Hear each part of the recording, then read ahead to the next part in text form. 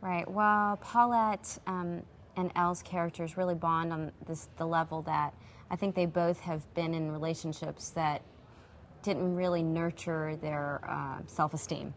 And I think in that sense, they're both women trying to find their path and find their future and start build themselves up. And I think Elle does a great job of doing that with other people. But Paulette also helps her build her own self-esteem and realize that she doesn't need to have this relationship with this man in order to feel like she's a good person or she is validated. So in the scene with the we call it the bend and snap scene, Elle is trying to impart to Paulette what she should do in order to get the attention of this man that she's been attracted to for a long time. And it just sort of turns into this funny number, and Elle, you know, being very wise and very experienced about getting a man's attention through superficial means, you know, teaches her this dance, and it's really cute and funny, and Tony Basil choreographed it and did it just such an amazing job. I mean, there's just people flying all over the place, and it was great for me, because it was like, I had so much fun. I was deathly ill the first day that we rehearsed, and I was kind of sick the second day, but it gave me so much energy. I was like, I wasn't even working. I was having just the greatest time dancing all day with these girls that are professionals and guys, and it was such an interesting experience for me, because it was like being able to express a character in a way other than the way I've been doing it for years and years, and to be able to do that, it just felt like an old-fashioned film. Big secret, I'm letting you in here.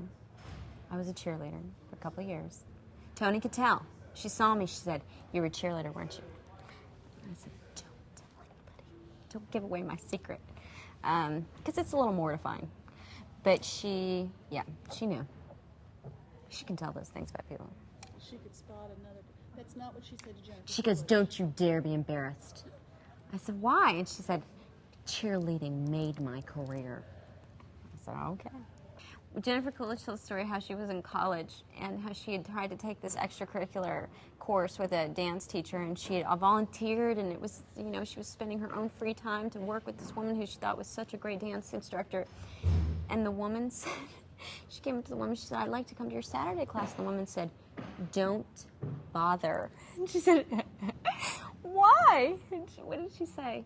She goes, "You're the worst dancer I've ever seen." She goes, "Even if you're as good as you can possibly be, you're the worst person, you're the worst dancer in this room." She has all like just doubled over with laughter. Well, I first was introduced to Robert Luketic's work through Tiziana Bubarini, and somebody sent me the tape, and I thought it was very funny, very clever. And we met, and he just had some really great ideas about this, and how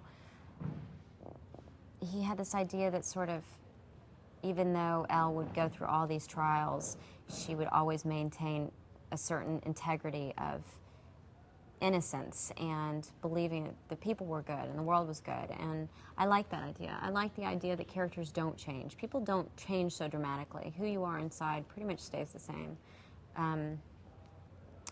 And he really just wanted to impart that, but in sort of a big, colorful way. And it just sounded like a lot of fun. And then he called me, because I signed up to the movie, and then a month later he called me and he said, "We've got this great idea. We're going to put this dance musical number into it." And I'm like, "Okay. Why? Why are we doing that?" And he's like, "Trust me, it's going to be good." I'm like, "Okay, trusting you." And it was great. Yeah, I mean, the thing that I really like about Elle's relationship with Emmett is that Elle is so myopic for the large majority of the movie. Like, she just keeps going and going, and people saying, "You're never going to do that." And she goes, "Yes, I am." And it's almost like she doesn't hear people. And then suddenly, at one point, Luke's character says something to her like, "You know, don't go. You don't have to believe what people think about you. You know, screw everybody. Just stay." And it's like she hears him and she sees him for the first time, and that she really notices that he really does care about her, and he doesn't think about her in this sort of superficial way that everyone else does. And I think that's why they have such an interesting relationship, and that ultimately you realize that they are supposed to be together. Holland was amazing because she came in and she's such a consummate professional. She knows all of her lines. She knows everyone's lines. She's just on the mark. And it's not just like she comes in and she marks her lines. She imparts a power and a strength to every line that she says and every look that she gives another actor. And she just, it's just so wonderful to see an actress have such strength. And it really helps, I think, the other actors in the piece who are acting opposite her to really feel the gravity of what she's saying. And I was excited to be working with Victor Garber because I saw him in Art, the play Art in New York. And I just think he has a subtlety and a range that's very interesting. You never know what's going to happen. He plays it very close to the vest. And I don't, you know, he has a very interesting relationship with Elle. He is very strong and almost father-like to her, and she really, it's really interesting because it's the last relationship she has with a man in the film that she needs his approval. She so desperately wants the approval, and I think it's the last time she will ever seek male approval because of her relationship with him.